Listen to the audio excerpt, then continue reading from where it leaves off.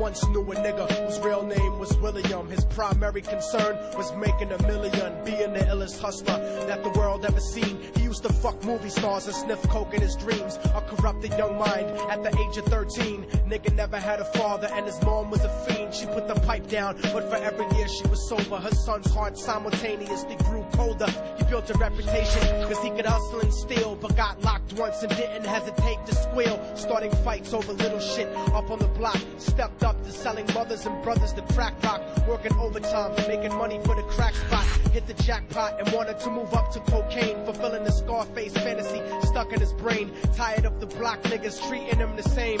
He wanted to be major like the cutthroats and the thugs, but when he tried to step to him, niggas showed him no love. They told him any motherfucking coward can sell drugs. Any bitch nigga with a gun can bust slugs.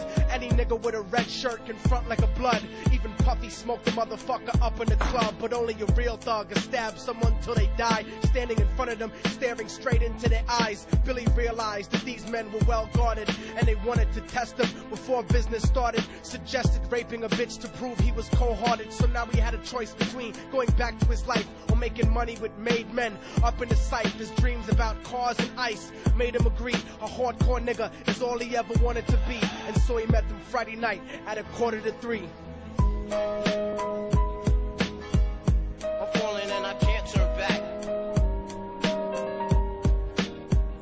I'm falling and I can't turn back. They drove around the project slow while it was raining, smoking blunts, drinking and joking for entertainment, until they saw a woman on the street walking alone, 3 in the morning, coming back from work on her way home. And so they quietly got out the car and followed her. Walking through the projects, the darkness swallowed her. They wrapped her shirt around their head and knocked her onto the floor. This is it, kid, now you got your chance to be raw. So Billy yoked her up and grabbed the chick by the hair and dragged her into a lobby that had nobody there. She struggled hard, but they forced her to go up the stairs. They got to the roof and then held her down on the ground, screaming, "Shut the fuck up and stop moving around." The shirt covered her face, but she screamed and clawed. So Billy stomped on the bitch till he broke in her jaw. Them dirty bastards knew exactly what they were doing. They kicked her until they cracked her ribs and she stopped moving. Blood leaking through the cloth, she cried silently.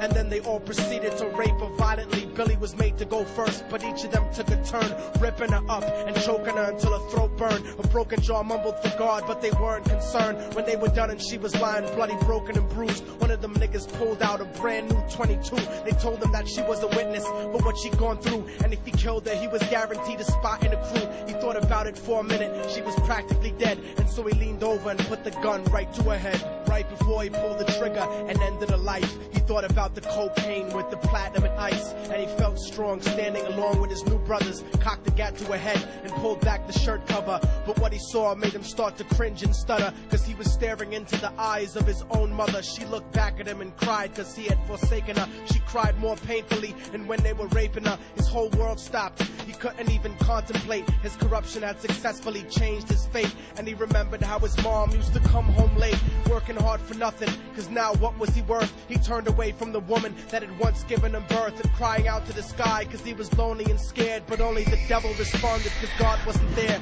And right then he knew what it was to be empty and cold, and so he jumped off the roof and died with no soul. They say death takes you to a better place, but I doubt it. After that they killed his mother and never spoke about it. And listen, cause the story that I'm telling is true, cause I was there with Billy Jacobs and I raped his mom too. And now the devil follows me everywhere that I go. In fact, I'm sure he's standing among one of you at my shows, in every street cipher listening to Little Thug's flow. He could be standing right next to you and you wouldn't know. There's no diversity because we're burning in the melting pot. So when the devil wants to dance with you, you better say never, because a dance with the devil might last you forever.